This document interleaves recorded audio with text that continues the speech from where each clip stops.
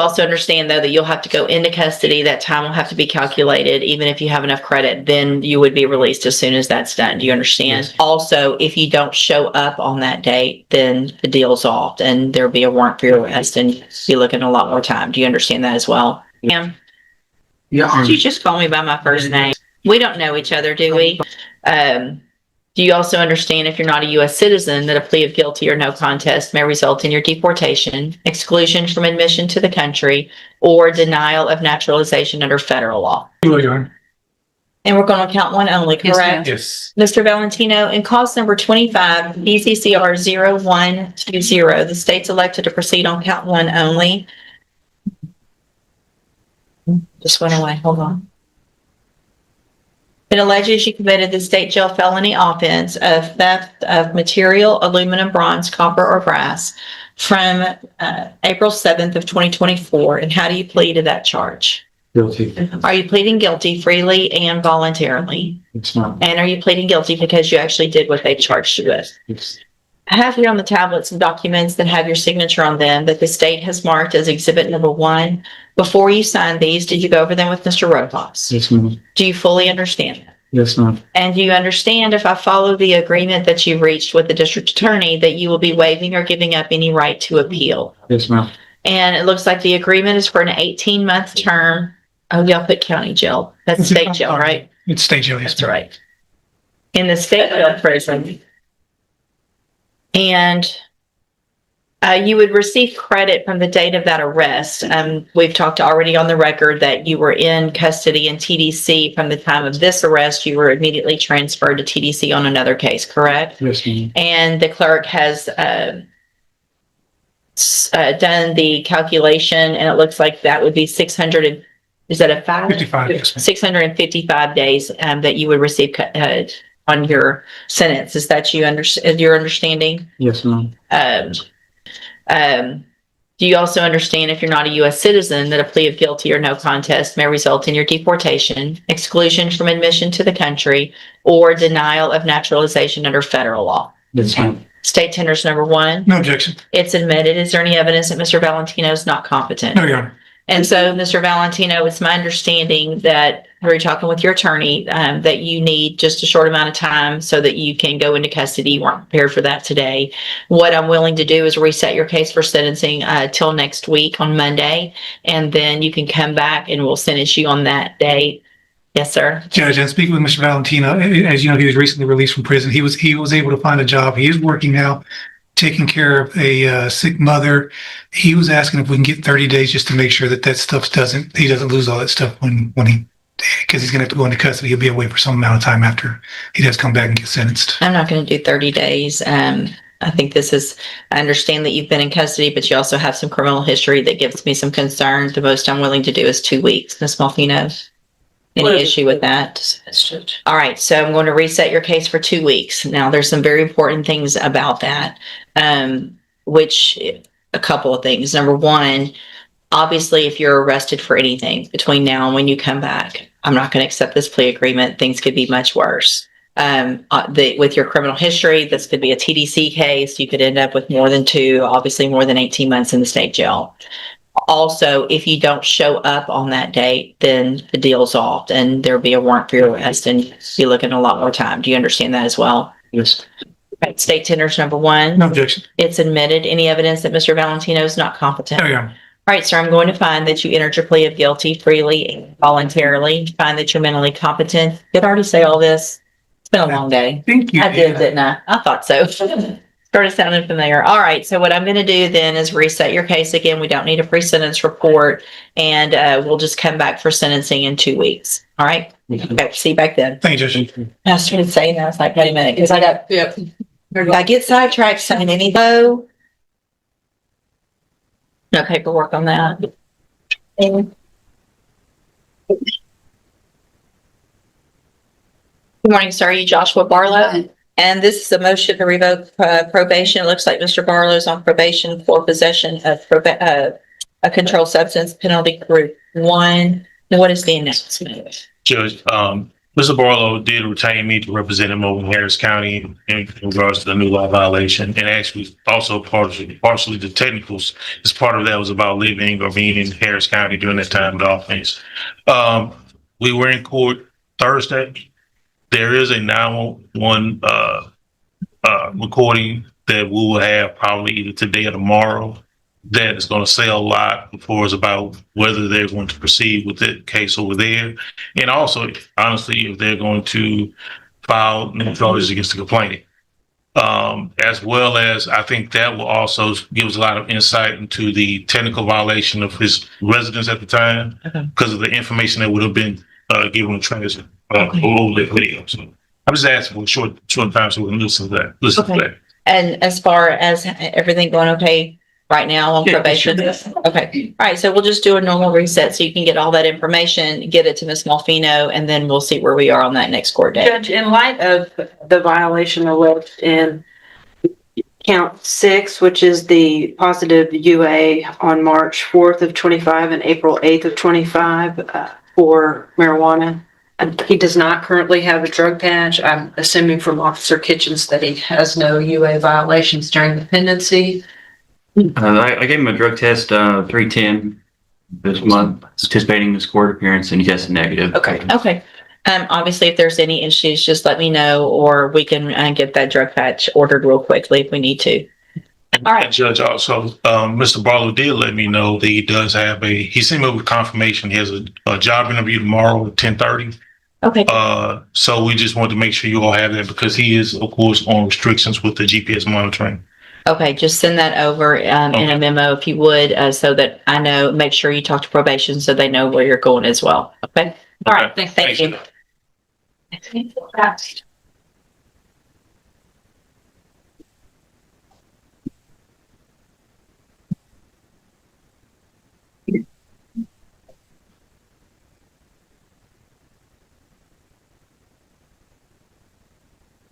Corey Richardson, Mr. Crenshaw.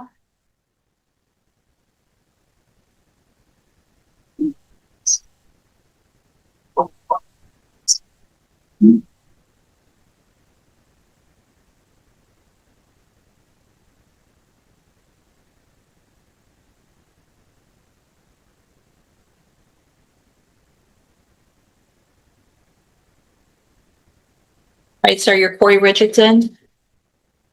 And will your client waive the formal reading of the indictment? We do, Your Honor.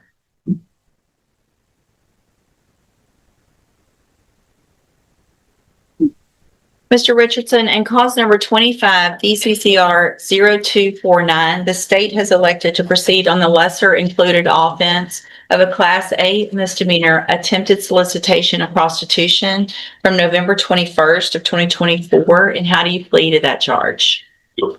Are you pleading guilty freely and voluntarily? And because you've done what they charged you with? Speak up. Yes. I have here on the tablet some documents that have your signature on them that the state has marked as exhibit number 1. Before you signed these, did you go over them with Mr. Crenshaw? Yes. Do you fully understand them? Yes. And do you understand, if I follow the agreement that you've made with the district attorney, that you'll be waiving or giving up any right to appeal? Yes. Then it looks like the agreement is for a 2-year deferred probation. Is there a fine? I believe there is a $500 fine. I mean, it's up to the court, but I would think there would need to be a fine. If y'all want to agree to something, that's fine. If not, I would impose $500 for sure. 500's fine, Judge. So there would be a $500 fine, and you would be required to follow all of the rules and conditions of probation. Is that your understanding of your agreement? Yes. And are you a U.S. citizen? Yes. State tenders number 1. Yes, Your Honor. No objection. It's admitted. Is there any evidence that Mr. Richardson is not competent? No, Your Honor. All right, sir, I'm going to find that you entered your plea of guilty freely and voluntarily to the lesser offense of Class A misdemeanor attempted solicitation of prostitution. Find that you entered that plea freely and voluntarily. Find that you're mentally competent and understand the nature and the consequences of your plea. Find sufficient evidence to find you guilty. However, I'm going to follow the agreement and defer all proceedings for a period of 2 years. You're ordered to pay the $500 fine and to follow all of the rules and conditions of probation. If you do all of that, this is an excellent opportunity because you don't have the conviction on your record. And at the end of the probation, if you're successful, the case would be dismissed. You'll never have the conviction. The other side of that, though, is if you violate any condition of probation, you can be brought back into court, found guilty of the offense, and be sent to the Jefferson County Jail for 1 year. Do you understand? Listen, I'm handing you the trial court certification that shows this was an agreement that I followed, and so you have waived your right to appeal.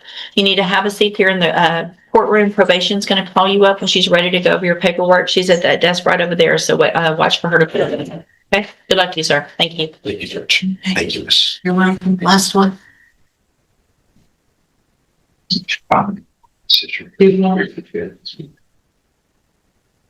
I think that's every active case I have here.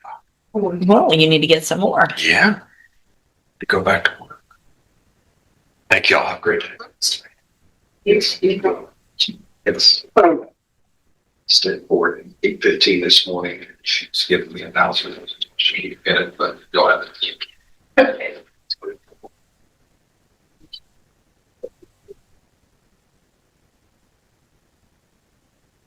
Mr. Lewis on Janisha Jackson.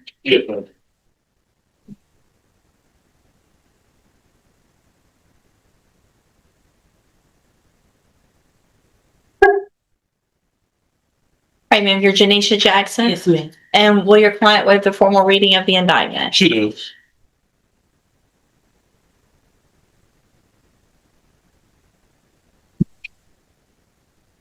So did we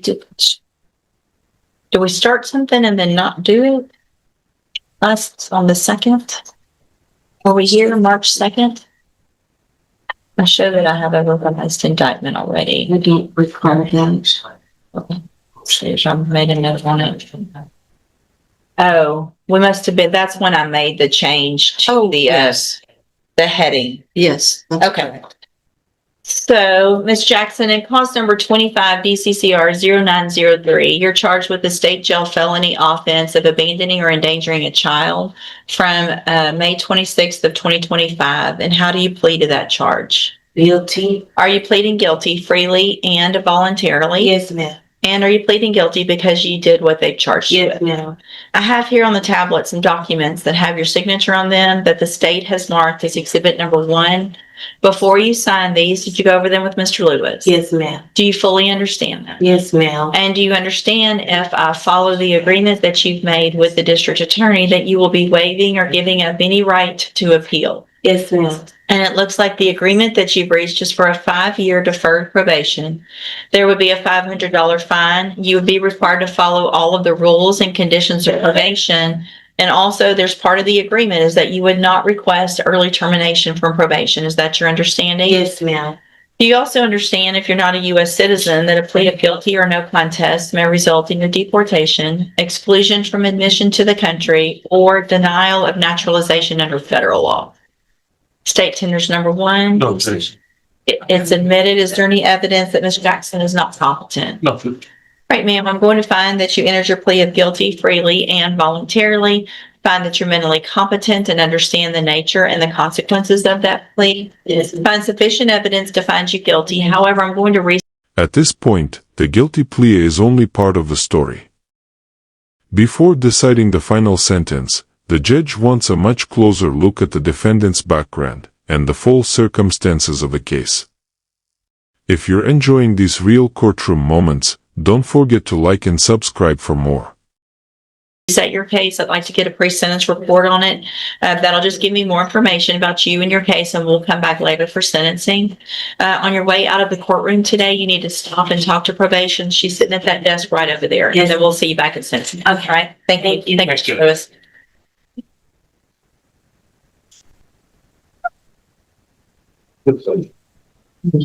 Mr.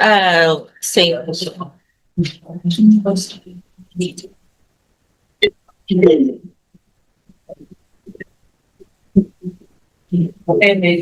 Brittany, do you have something else? No. Okay.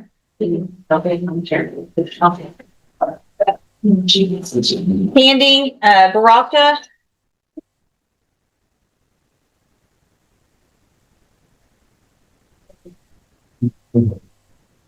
Good morning, ma'am. You're Candy Baraka. Yes, Your Honor. And Ms. Baraka, you had filed a petition for expunction. Sorry. Go ahead. It's okay. You had filed a petition for expunction in two cases. Yes. One was M241026, which was a failure to identify.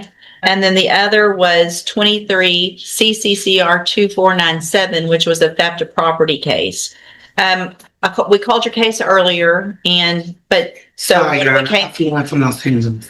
I'm sorry. I flew in from Los Angeles. Okay. I was in the hallway. Sorry. So the state's position, and I already made an order in your case, Yeah. and also the city of Beaumont was here as well, with the opposition. The opposition by both of them is to the failure to identify case, which is, hold on, don't talk over me, which is M241026. They did not have opposition in the theft of property case. I have agreed and ordered the expunction in the theft case. However, because you pled guilty or no contest in the failure to identify case and received a probation, you're not eligible for an expunction in that case. If it was a deferred probation, you may have some rights to what's called a non-disclosure. If you finish a deferred probation, as long as there's not conviction. So you'll have to check into that. But, and it's not quite as good, I guess, as an expunction, but it is something if it was a deferred probation and if you satisfactorily completed it. So you can look into a non-disclosure for that one. Okay. But I did sign it, or I am going to sign the order for the theft, but not the other one. I'm fine. I just thought that because it was maybe, I think 20 years ago. Yeah, unfortunately, the age doesn't I'm matter. glad you told me how I can go about You're it. required by law to check everyone that comes through, and if you're not eligible, you're not eligible. Okay. But you can look at that non-disclosure for the failure to. And I appreciate you, Raquel. Yes, Have a ma'am. blessed day. Ma'am, Your Honor. did you just call me by my first name? Judge. We don't know each other, do we? Fine. No, man. But I Okay. do appreciate you. Thank you. Okay, you're free to go. Have a blessed day. Okay. Yes. No,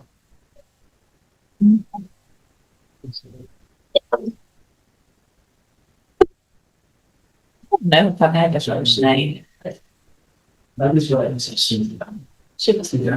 We go way back, 3 minutes. Oh, that's okay. That's okay.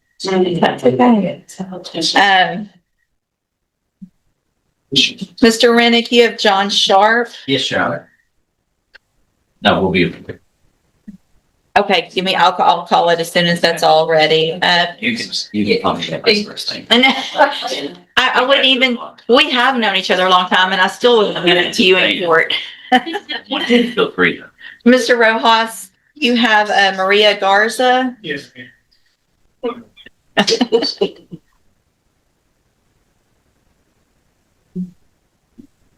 Okay, so we have someone on We're going to talk to you about that also. Okay.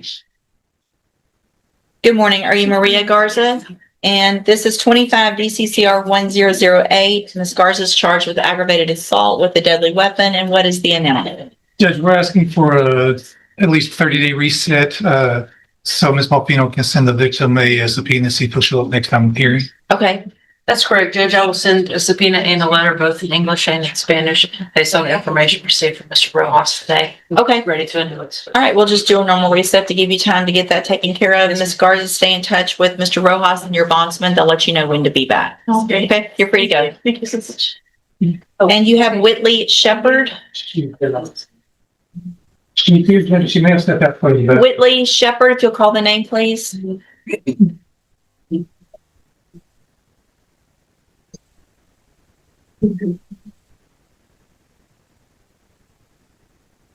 Whitley Shepherd.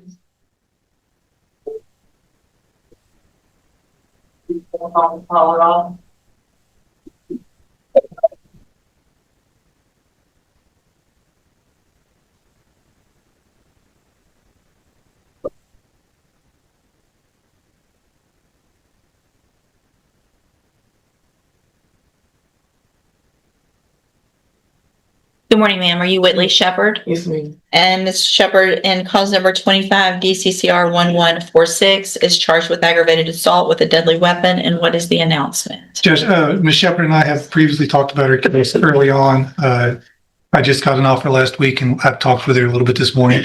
I think I need more time to explain to her what it all entails. Yes, sir. And so, Ms. Shepherd, I'm going to do a normal reset in about 30 days. Make sure you call and make an appointment soon to go visit with Mr. Rojas. So you'll go over everything, all the discovery, what your options are, and things like that. And then we'll get an announcement at the next court date, okay?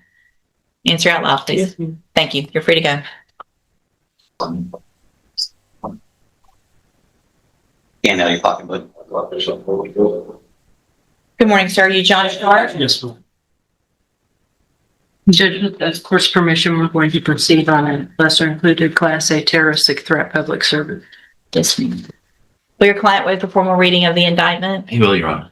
Mr. Sharp, in cause number 25 DCCR 1476, the state has elected to proceed on the lesser included offense of a Class A misdemeanor terroristic threat. And that's from September 6th of 2025. And how do you plead to that charge? Guilty. Are you pleading guilty freely and voluntarily? Yes, ma'am. And are you pleading guilty because you did what they charged you with? I have here on the tablet some documents that have your signature on them, but the state has marked as exhibit number 1. Before you sign these, did you go over them with Mr. Rennick? Yes, ma'am. Do you fully understand them? Yes, ma'am. And do you understand, if I follow the agreement that you've made with the district attorney, that you'll be waiving or giving up any right to appeal? Yes. And are you a U.S. citizen? Yes, ma'am. State tenders number 1. No objection, Your Honor. It's admitted. Is there any evidence that Mr. Sharp is not competent? There is not, Your Honor. All right, sir, I'm going to find that you entered your plea of guilty freely and voluntarily. Find that you're mentally competent and you understand the nature and the consequences of your plea. Find sufficient evidence to find you guilty. However, I'm going to follow the agreement that you made with the district attorney and defer all proceedings and place you on probation for 2 years. Yes. You're ordered to pay the $500 fine and to follow all of the rules and conditions of probation. If you do that and do your successfully complete your probation, then this is a great opportunity because you don't have the conviction on your record. And at the end of the probation, if you're successful, the case is dismissed. You'll never have the conviction. The other side of that, though, is if you violate any condition of probation, you can be brought back into court and you could be facing. Today's hearing showed how every case can end differently, from delayed sentencing to probation and second chances. Each decision depended on the facts, the law, and the choices made by the people standing before the court. In the courtroom, even a single moment can change what happens next. Number 1, the conviction, and 2, a sentence in our county jail for up to 1 year. Do you understand? I'm going to hand you the trial court certification that shows this was an agreement that I followed, and so you've waived your right to appeal. You just need to have a seat here in the courtroom. Probation, she's sitting at that desk right over there. She's going to call you up when she's ready to go over your paperwork. Yes, ma'am. All right. Good luck to you, sir. And Judge, I failed to bring the certificate for discovery up, so I'm gonna bring that right. Okay. If you'll go ahead and get the one Yeah, signed, right. please, and then just have email the attachment to Ms. Holmes, please.